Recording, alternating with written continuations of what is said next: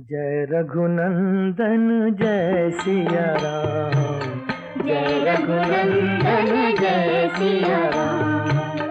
हे दुख भंजन तुम्हें प्रणाम, जय रघुनंदन जय सिया राम।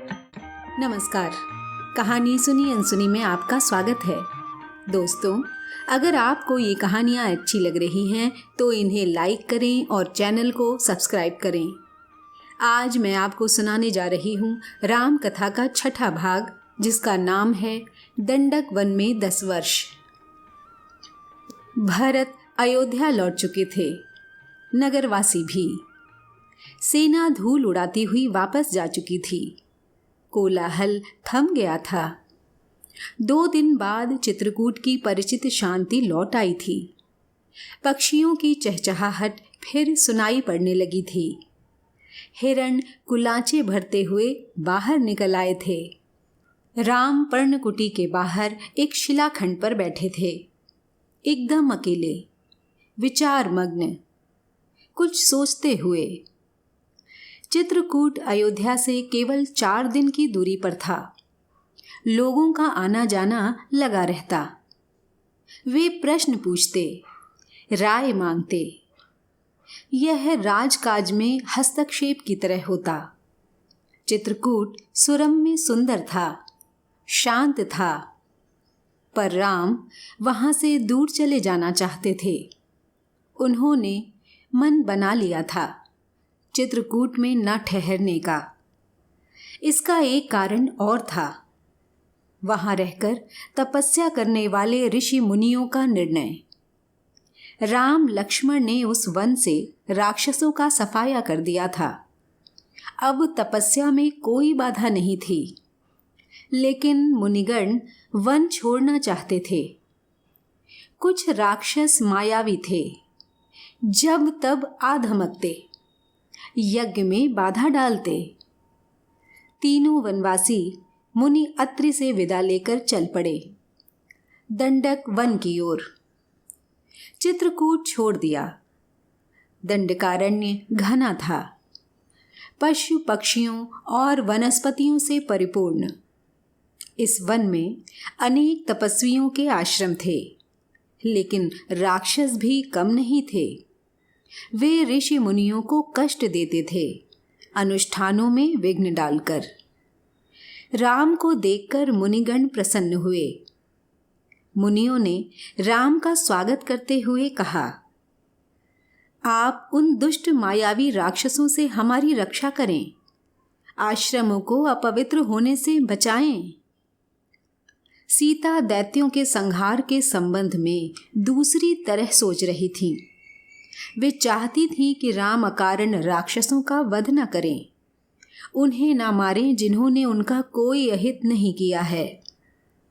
राम ने उन्हें समझाया, सीते, राक्षसों का विनाश ही उचित है। वे मायावी हैं, मुनियों को कष्ट पहुंचाते हैं, इसीलिए मैंने ऋषियों की रक्षा की प्रतिज्ञा की है। राम, लक्ष्मण और सीता दंडकारण्य में 10 वर्ष रहे, स्थान और आश्रम बदलते हुए। वे शरभंग मुनि के आश्रम पहुंचे।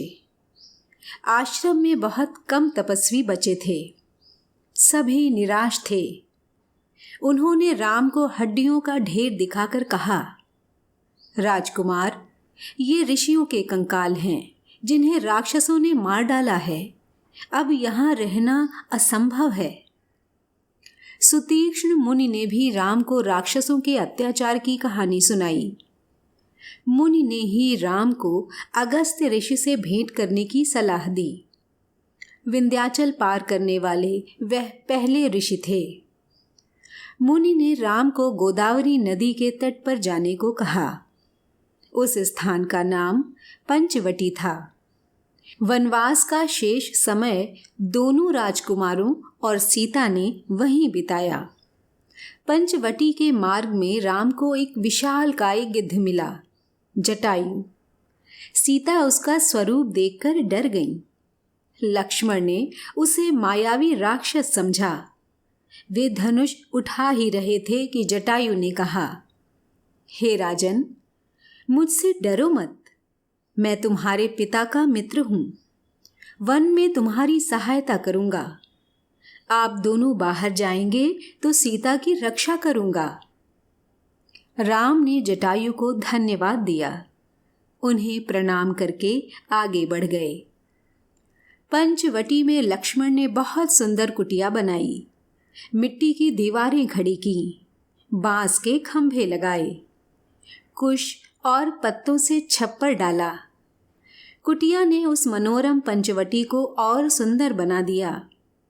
कुटी के आसपास पुष्प लताएं थी, हिरण घूमते थे, मोर नाचते थे।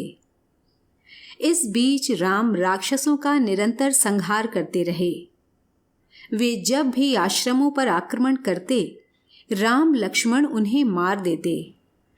उन्होंने सीता को पकड़ लेने वाले राक्षस विराध को मारा। वन से राक्षसों का अस्तित्व लगभग मिटा दिया। तपस्वी शांति से तप करने लगे। एक दिन राम, लक्ष्मण और सीता कुटी के बाहर बैठे हुए थे, लता कुंजों को निहारते, उनके सौंदर्य पर मुग्ध होते। तभी लंका के राजा रावण की बहन शूर्पणखा वहां आई। राम को देखकर वह उन पर मोहित हो गई। उसने स्वयं को पानी में देखा, विकृत चेहरा, मुंह पर झुर्रियां। वह बूढ़ी थी पर राम के मोह में आसक्त, उन्हें पाना चाहती थी। उसने माया से सुंदर स्त्री का रूप बना लिया। शूर्पणखा राम के पास गई, उनसे बोली, हे रूपराज, मैं तुम्हें नहीं जानती, पर तुमसे विवाह करना चाहती हूँ।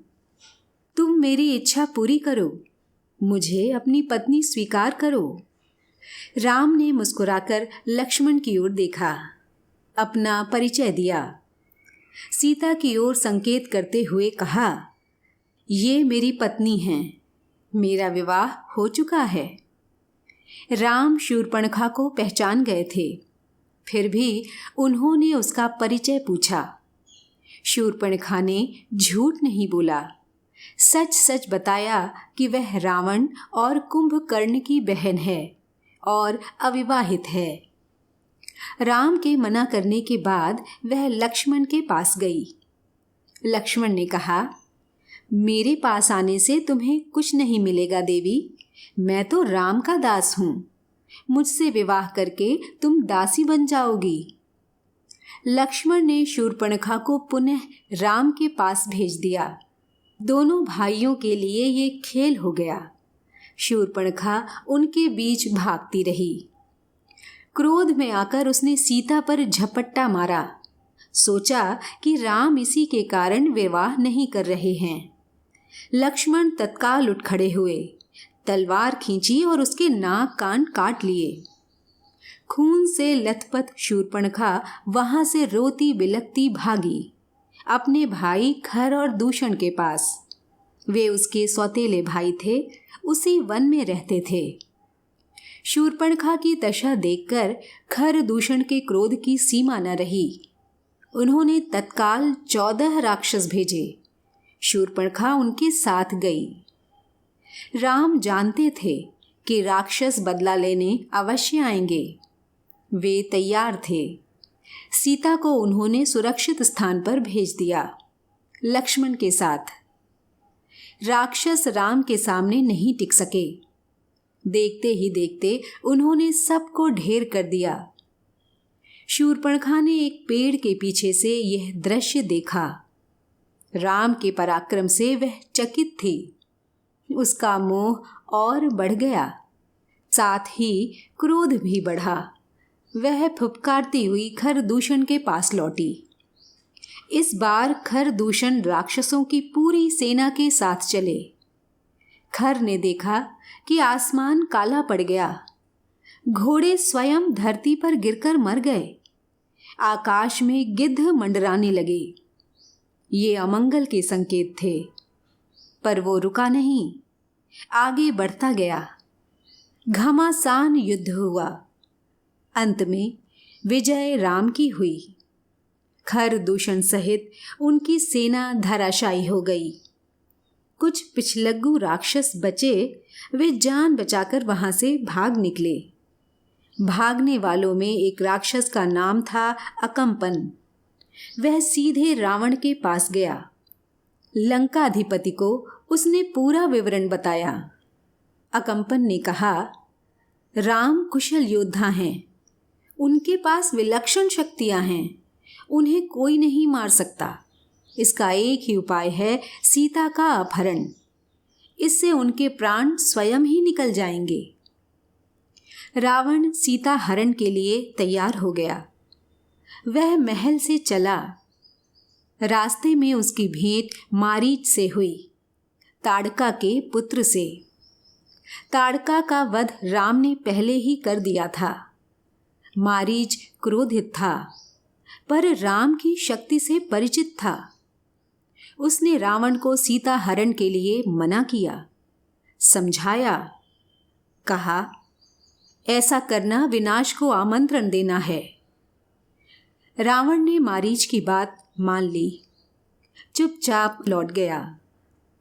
थोड़ी ही देर में शूर्पणखा लंका पहुंची, विलाप करती हुई, चीखती चिल्लाती। रावण को पूरी घटना की जानकारी थी, लेकिन उसने शूर्पणखा को सुना। वह रावण को धिक्कार रही थी, फटकार रही थी। उसके पौरुष को ललकारते हुए शूर्पणखा ने कहा, तेरे महाबली होने का क्या लाभ? तेरे रहते मेरी ये दुर्गति। तेरा बल किस दिन के लिए है? तू किसी को मुंह दिखाने लायक नहीं रह गया है। शूर्पणखा ने राम लक्ष्मण के बल की प्रशंसा की। सीता को अतीव सुंदरी बताया।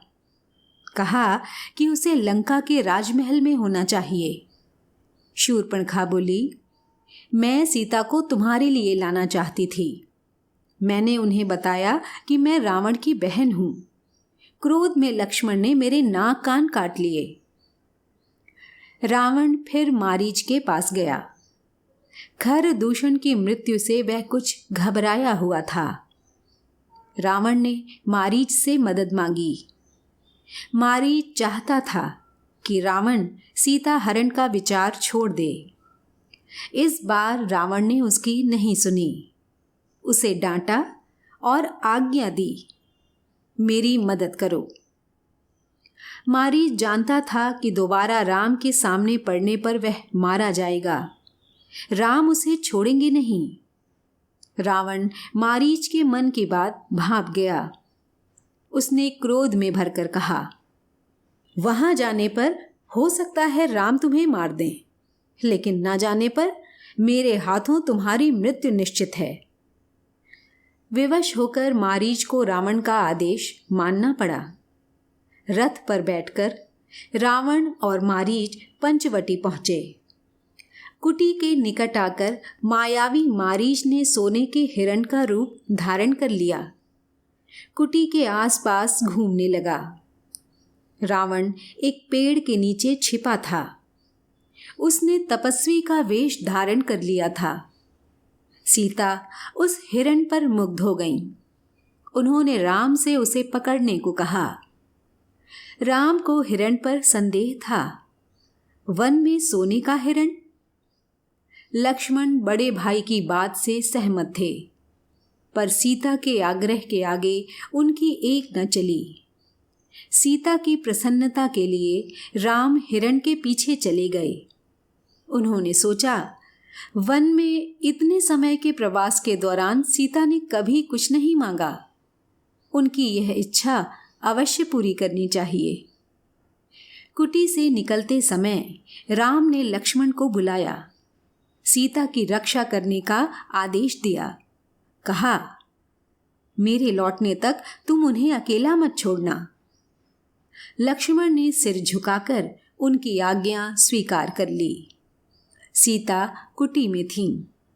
लक्ष्मण धनुष लेकर बाहर खड़े हो गए। दोस्तों, ये था राम कथा का 6ठा भाग। अगली बार आपसे फिर मिलूंगी आगे की कथा सुनाने के लिए। धन्यवाद।